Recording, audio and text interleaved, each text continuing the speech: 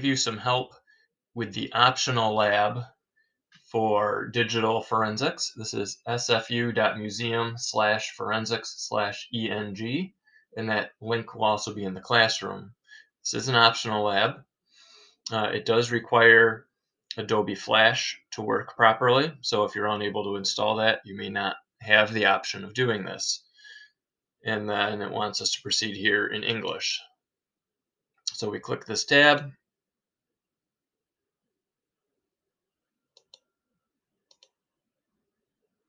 And the site comes up.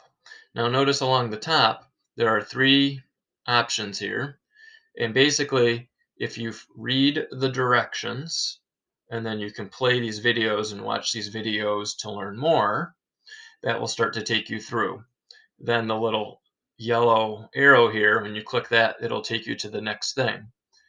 The top here allows you to jump to the next section in case you get stuck. So when we're here, we click this first one. Notice it says search and discovery, and now it's just giving us some information. If I were to hover over recover, it says search and discovery, so we're on step 1. Now notice there is some sound with it. If you want to mute the sound, you can mute the sound here. This gives you a zoom in option and a zoom out option and a select option. You can also use that typically with your trackpad or your mouse. So going to the next part here, it gives us some instructions on what to do. Basically, you're going to be able to zoom in, zoom out, scroll around, okay, look up, look down. As you hover over something, um, it'll zoom in for you, and you can select it as what you think is evidence. You can also zoom in, and it just gets a little tricky. So notice here as we're doing that, it tells me I found 2 of 15 things.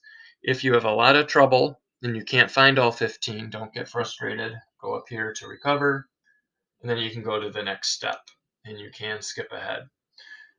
So mostly it just takes some patience. Also, the nice thing about this jumping ahead is if you spend a little bit of time on one day and you feel like you don't want to do any more that day, you don't have to try to get through the entire thing all at once. You can just remember where you were and then jump to that next spot.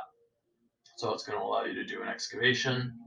Again, if you want to play a video here, this will play if you have the um, Adobe Flash enabled, which you may have to click here. If not, you're able to download it if you're comfortable downloading something to view it, or you can read the transcript by clicking this button right here. So I'm going to close this. Again, I'm going to skip ahead just to give you an idea of some of the things that are coming. So here there's an excavation. You have to put the things in order that they would happen in. If you get to the end, let's just throw them in quick, and I will do them incorrectly just to show you what happens. When I get done with that, it tells me incorrect, please try again. It does give me the option here to see correct answers if I want to, or again, I can go to here and just skip to the next step. And again, there's videos we can watch that give us information about what would happen in that. And again, zooming in, selecting some things, and then it will tell you if you're right or wrong as you do it.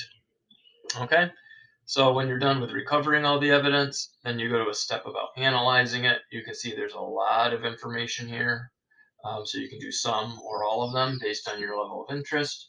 And at the end, it identifies it and gives you a summary of what the results of the case were.